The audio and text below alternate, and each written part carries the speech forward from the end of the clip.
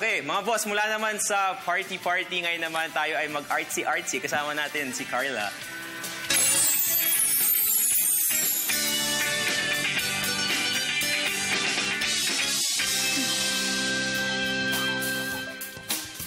Mga boss, tuwing Friday ay matutunghayan po natin ang live segment dito sa Good Morning Boss, ang Artsy Craftsy, kung saan tuturuan namin kayo ng arts and crafts na pwede ninyong pagkaabalahan at the same time pagkakitaan. At ngayong umaga may kasama tayo ngayong artist na si Vermaylene Barrios. Good morning! Good morning! Hi! So, Hi. nakikita natin, no, ito yung usong-usong ngayon, no, yung sikat na sikat, itong coloring book for adults. Tama? Yes. Oo, okay. So tell us something about this. Ito kasi ako, nahilig din ako dito, pero through the app. Okay. Syempre dito, iba yung mga materials na ginagamit. Hindi katulad sa mga bata, crayons eh. Dito, ball pen, tama? Yeah. What type of, Color coloring pens, materials yung gagamitin? Madalas, color pens, also color pencils. Yes. Okay. Okay, so let's start. But before that, ang gagamitin natin ngayong coloring book is your very own coloring book. Ikaw mismo ang gumawa nito, nag-drawing nito, napakatsaga mo. Tell us something about your book. Okay. So, yes, I started coloring talaga. I started last August.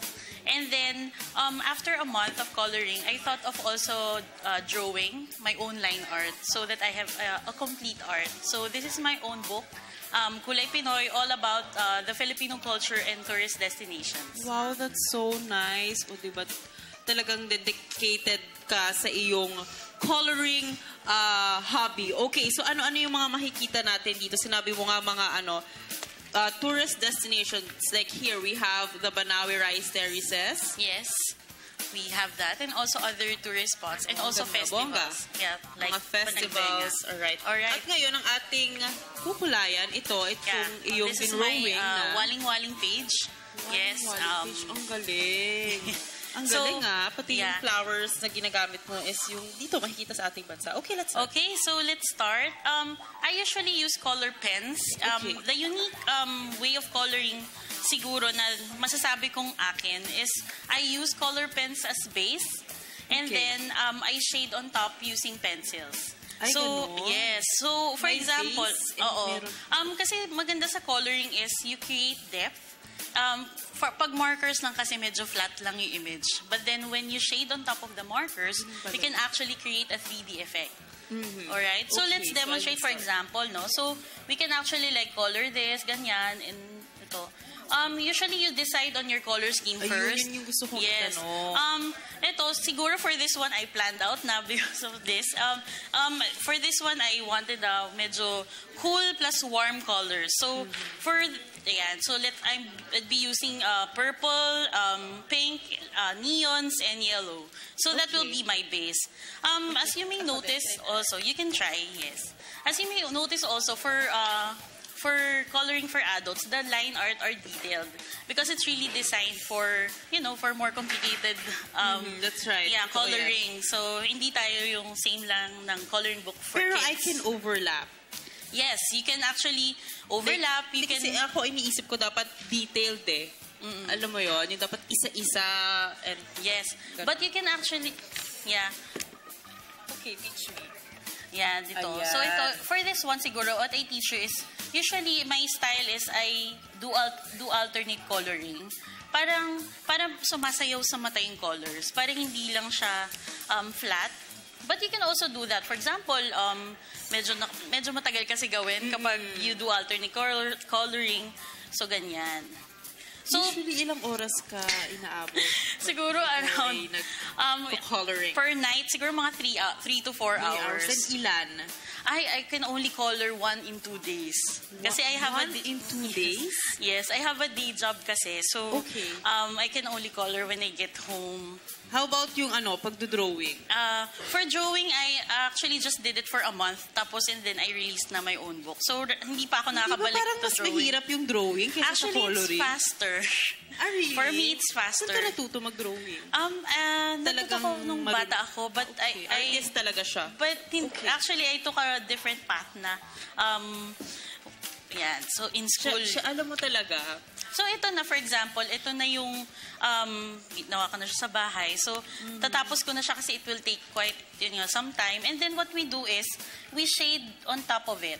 So, for example... Okay, oo, yung pencil. Ano yung pencil? So, anong effect yung naibibigay niya? It creates the 3D effect kasi. Siguro, okay. Yeah, parang the markers are your base, then yung pencils creates the depth for the drawing. Okay. Yes. So, pakita ko lang a few... Gagayahin kita ha. Okay lang Sige. ba? Oh, go ahead. Ayan. So, ito siya. Itong asa harap natin, lahat to gawa mo. Yes. Even the drawing? For the drawing, hindi. For example, ito, that's from a friend artist from Australia, the Princess one. This one? Yes. Ganda. Super nice. And then also, I think the big pieces are from a local artist also. May grupo na ba kayo? Yes, we have a coloring group. We call it in Facebook. We have around almost 4,000 members na. Ay, wow. Yes. Malaki pala yung ano. Oo. Tapos we started... Community. I also joined... Yes. Ang saya ko. Parang gusto ko lang Okay, sige. Magdodrawing. Mag-color ba ako? How about dun sa inyong... Meron ba kayong mga workshop? Like kung paano mag-drawing nito, mga coloring books na to? Yes. Mag-color? Yeah, I only started... actually, I will just start. I'm offering... Okay. I'm offering... Okay. I'm offering free classes. In Shangri-La Mall. It will start on Jan 30. And then... Okay, oo. Sige. Continue. And then the paid classes will start January 31. And then Feb 14 and Feb 28 also I have classes. Okay, again, meron sa January 31 and Feb 14. And Feb 28. Libre. And Feb? Only the January 30 is free. Okay. Yes. Yung pinakaunang workshop po, libre. Kaya kung ako sa inyo, pupunta na ako. Mamaya tatapusin namin itong ginagawa naming masterpiece. Kaya mga boss, na kayo dahil magbabalik pa ang Artsy Craftsy.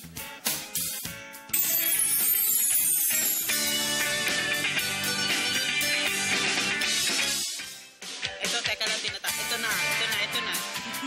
Oh, I'm such a fast learner. Oh. Wow. Believe ka na ba sa estudyante mo? Galing. Napaka-effective mong teacher. Kaya kung ako sa inyo mga boss, mag-attend kayo ng kanyang workshop. Tignan nyo, in 5 minutes, nakagawa na.